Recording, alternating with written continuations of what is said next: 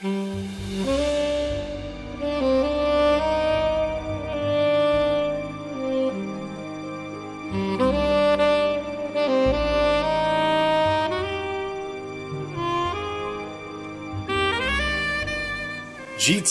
my friend. Gaming, tinkering, laundry. The wacky world of MultimediaJay. The answer was right under my nose the whole time regarding how to get the overclock settings with AMD Overdrive without being able to see the voltage on the last known good. Basically, you can hit apply and then see what the voltage goes to on the meters.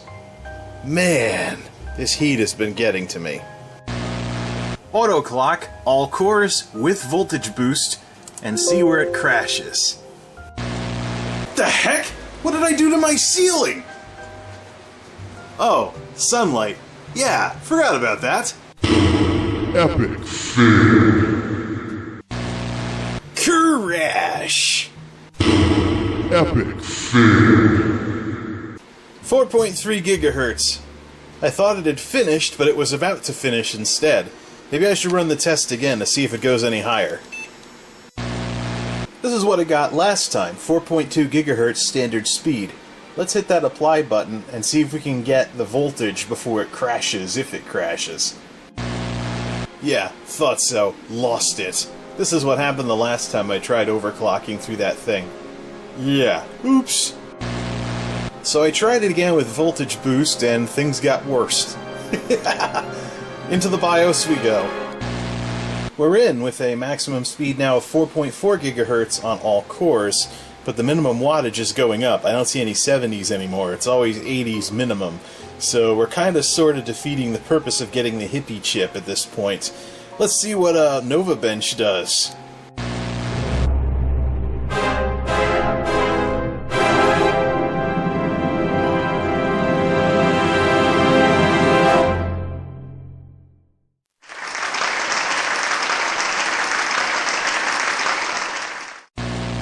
So now the CPU tests will clear the 200 watt mark. Definitely some overclocking going on there, and some AMD inferiority when it comes to power going on there as well. Just compare those numbers above the 200 watt mark with no graphics yet to what we used to see, to what we're seeing on the Delosaurus. So, no, I'm not convinced that this is really all that great of an idea. Should probably put it back to 3.8. Or try and make it run cooler. Maybe drop the voltage and cap the max speed or something like that. I don't think you can put the voltage below the minimum, though. Now it's checking the RAM. Now, the next question is what happens when the graphics comes up. I'll bet any money we're notably above 300 watts now. 3D graphics, baby. Oh, look at that big display. See, 28% of the FX 8320. Yeah, let's see here. A little bit of a thing here. Oh yeah, 330 watts now. But let's see what we get for numbers. Yeah, it is getting into the 70s as far as, but it also has to display this overlay now that I have MSI Afterburner going, so yeah, well, bigger numbers on the screen anyways.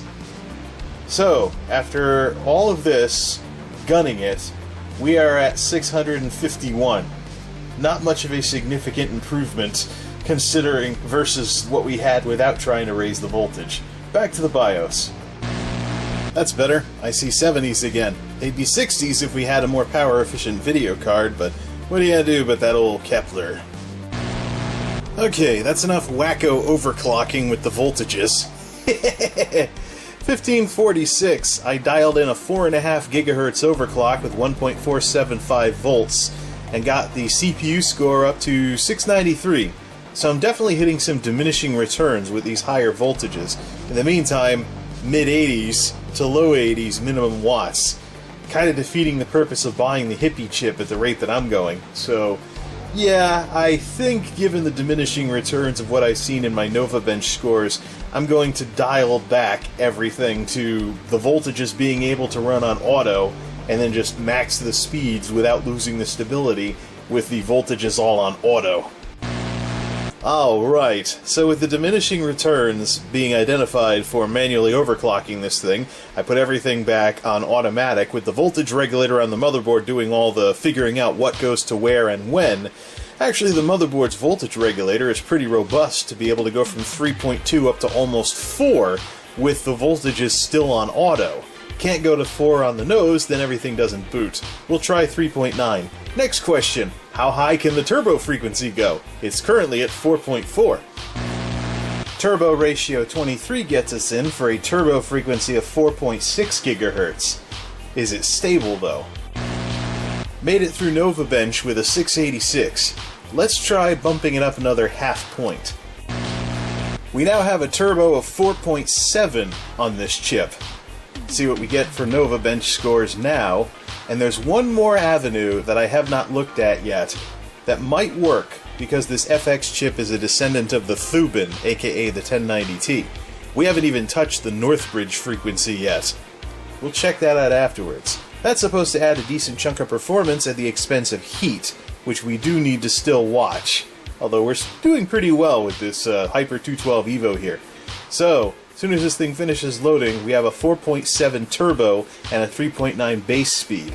Question is, how usable is it? Ah, some 4.7s in the CPU test. And no crashes yet, or am I speaking too soon? We have ourselves a hard freeze. So, back the multiplier back down to 4.6 turbo, and let's leave it at that. We'll mess with other stuff to try and eke out some more performance. Epic. Now, let's see. Northbridge frequency 2200. Let's try setting it to 2400 and see what happens. 629. Oops! Maybe I should let the computer do the work on this one. Did a retest and yup, it was a fluke. 688. Let's try, how much should we increase this by? Well darn, this is no fun. I guess messing around with the Northbridge isn't as fun in the FX series as it was with the Thubans. We'll set it back to auto and just work with what we have. Epic. Prime 95 has found the weakness of this speed range.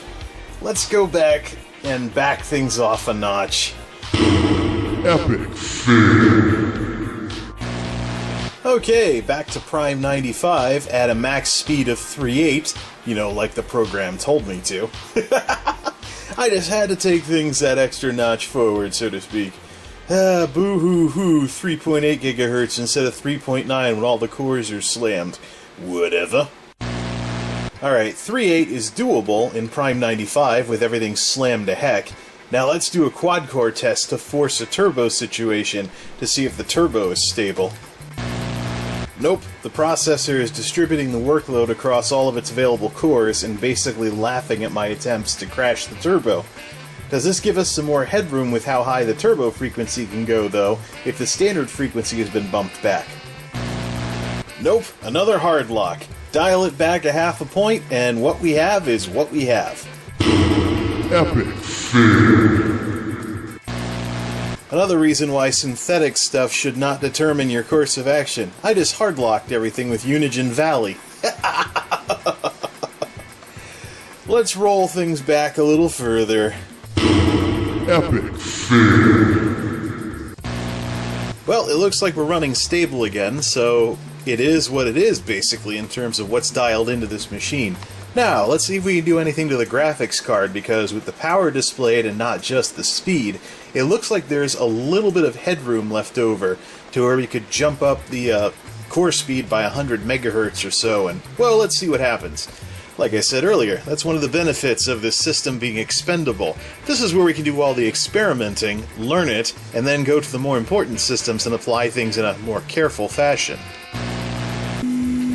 Oh, I broke it again! Epic. Nope, it was the software. I busted out Furmark, and now I'm seeing higher numbers, and actually the thing's trying not to overheat at this point. Good old Furmark. Yeah, alright, let's stop torturing this thing. By the way, nearly 320 watts. Vive le early to mid-2010s! One last Nova bench for the road, and the CPU score is in the high 6s, and we'll leave it there. It's an improvement over the high 5s to low 6s, depending on whether or not the previous processor was overclocked. Unfortunately, the AMD FX that is now inside Tuxedo is a product of its time. A time when AMD only sold processors based on gimmicks. Like, oh, look how cheap this processor is, or oh, it has more cores than Intel, or oh, conspiracy theories, blah blah blah, oh, blah blah blah, AMD overclocked is equal to Intel but cheaper. The fact remains that during this time period, Intel simply made a superior product. It won on performance, it won on efficiency, it won on all kinds of stuff. It was scandals like, for example, the thermal material underneath the heat spreader that finally started to tarnish what Intel had built up for itself.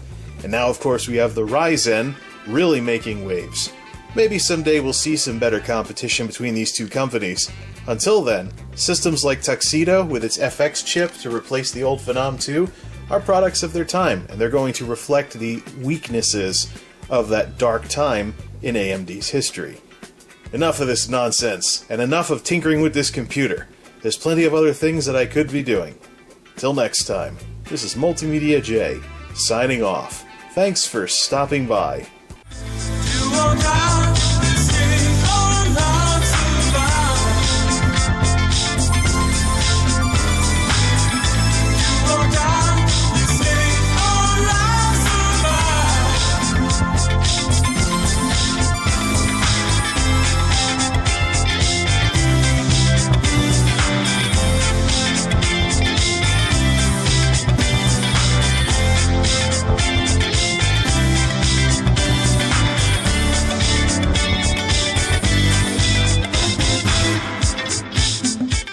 Want to support the wackiness? Visit patreon.com/multimediajay.